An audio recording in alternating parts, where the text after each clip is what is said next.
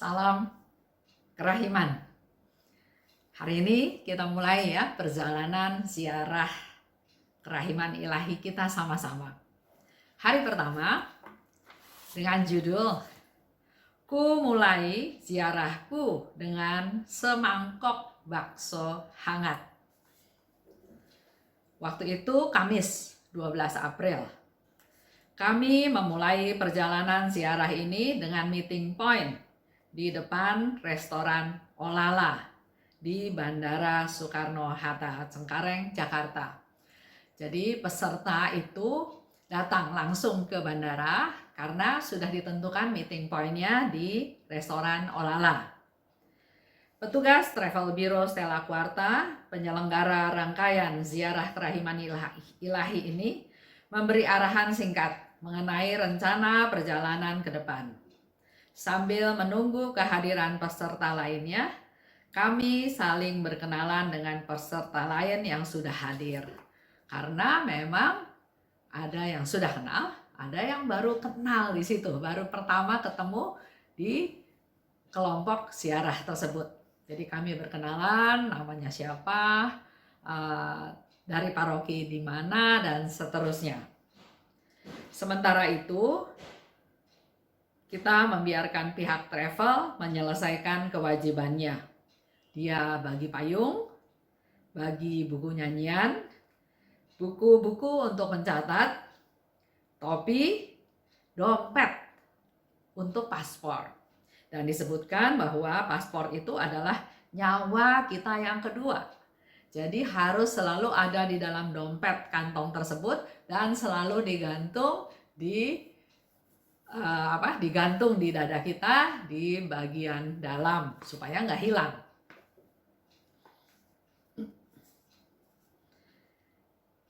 Dikasih juga tanda pengenal, dikasih botol minum, air minum ya, aqua, juga kartu asuransi dan labeling untuk pemasangan pita di koper-koper supaya nggak supaya nggak ketukar dengan peserta-peserta lainnya ya, terutama koper-koper yang harus masuk bagasi. Itulah yang kita lakukan di bandara. Kemudian terjadilah pendataan, terus pengarahan mengenai kesiapan perlengkapan di dalam kabin pesawat untuk mengantisipasi kalau sampai kopernya terlambat datang atau bahkan hilang. Jadi kita dikasih pengarahan minimal koper yang ada di kabin itu ada pakaian ganti. Supaya kalau kopernya telat atau kopernya hilang, kita tetap bisa melakukan aktivitas ya. Tidak sama sekali tidak ada baju.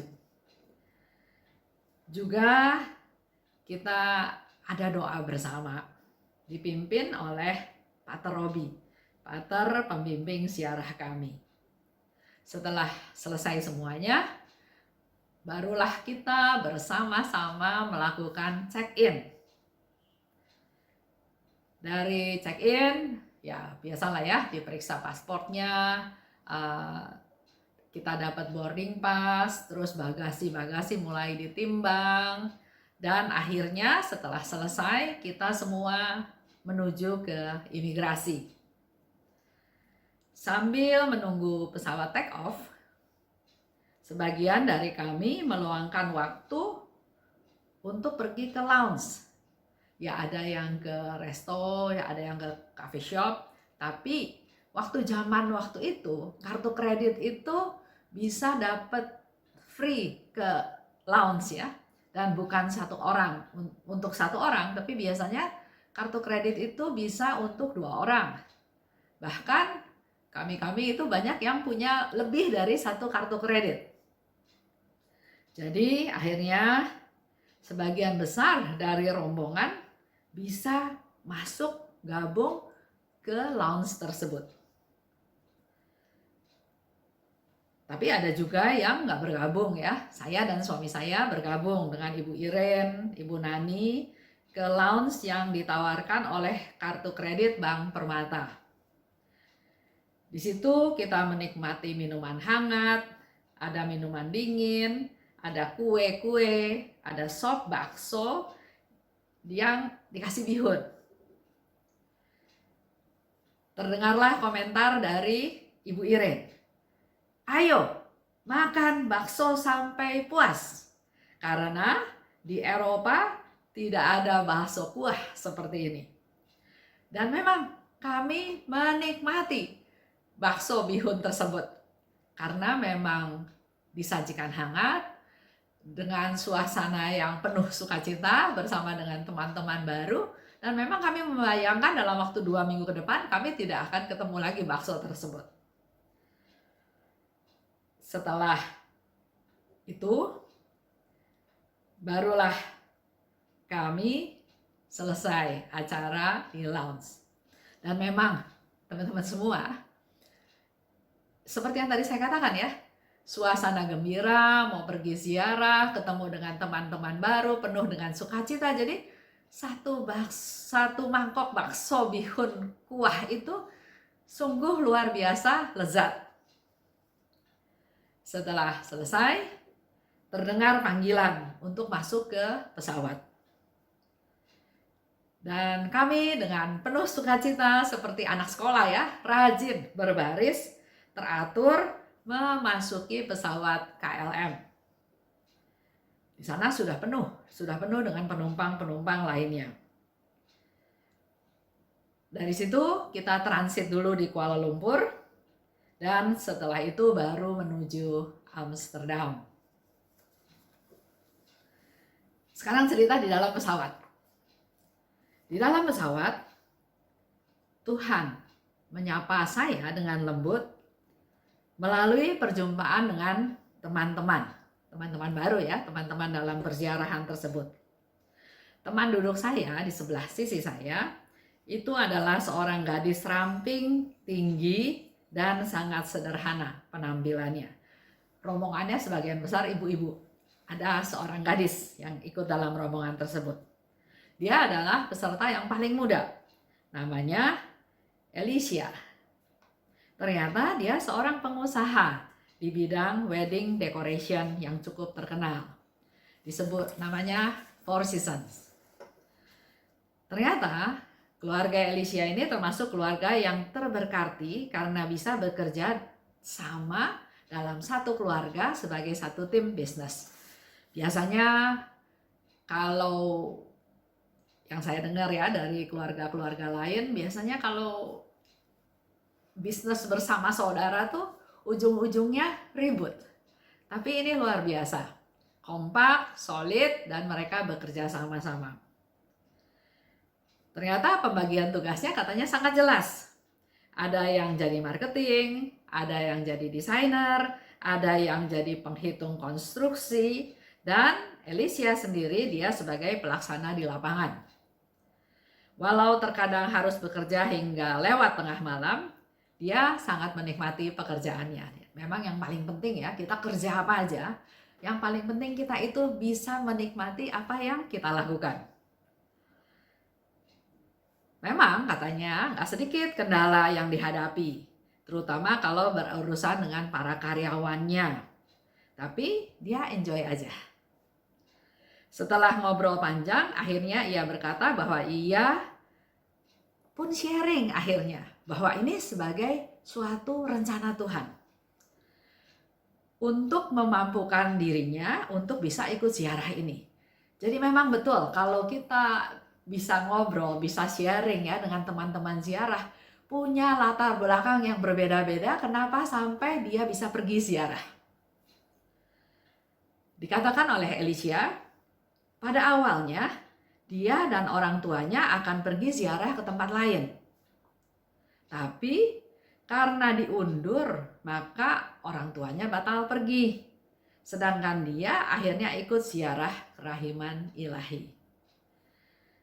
Yang saya butuhkan sekarang adalah kesabaran dan kerendahan hati, terutama dalam menghadapi para karyawan saya dalam pekerjaan saya sehari-hari. Itu yang menjadi kebutuhannya. Dan dalam peziarahan itu pasti Alicia juga berdoa supaya memperoleh rahmat, kesabaran, dan kerendahan hati. Kemudian saya juga ngobrol sama peserta lain karena perjalanan itu cukup panjang ya. Jadi kita bisa ngobrol walaupun di dalam pesawat, pindah duduk ke sana, pindah duduk ke sini ya. Sungguh menikmati perjalanan tersebut. Nah, saya juga ngobrol dengan Ibu Siana. Dia seorang ibu yang bertubuh agak mungil, memiliki kebiasaan duduk di kursi yang terletak di sisi gang. Jadi dia nggak mau duduk di dekat jendela. Dia minta cari tempat duduk yang di sisi gang. Supaya dia bilang dia mudah ke toilet. Ternyata kebutuhan dia pergi ke toilet itu frekuensinya lebih banyak daripada peserta lain. Memang bolak-balik ke toilet. Dan ternyata dia juga seorang pengusaha. Yaitu dia bikin kue. Bikin kue kering, bikin kue ulang tahun, kue tart untuk pernikahan. Mungkin Bapak Ibu tahu. Namanya Kasturi Cakes. Nama tokonya. Betapa kasih Tuhan selalu tampak dimanapun kami berada. Dari mereka, aku merasakan Tuhan memberikan sebuah relasi yang bisa saling memberi dan saling menguntungkan.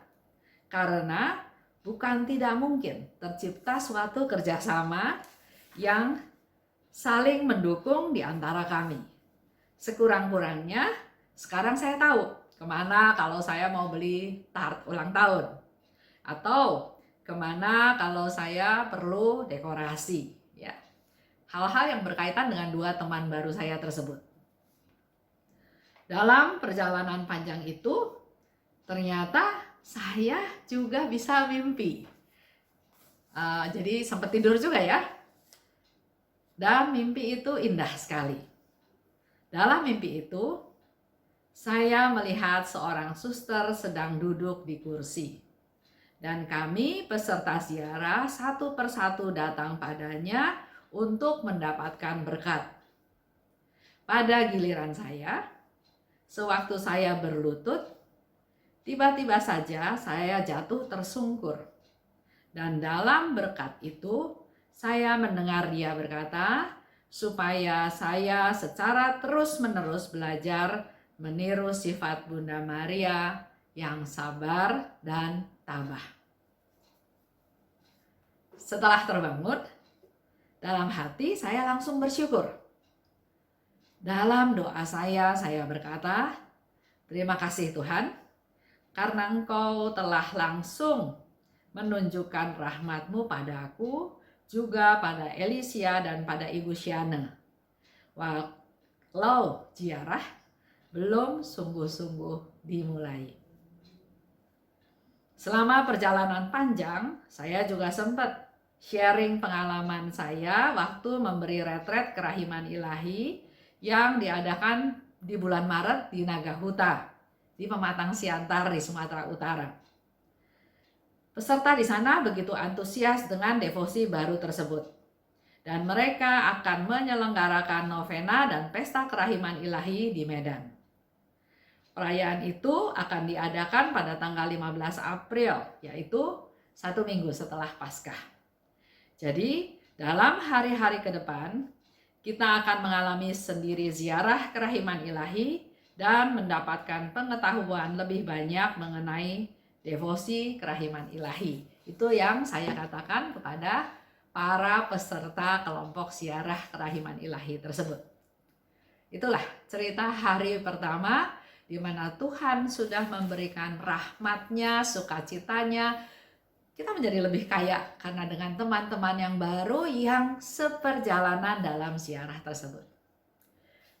Baik, besok saya sambung dengan hari kedua di mana kita sampai di Warsawa.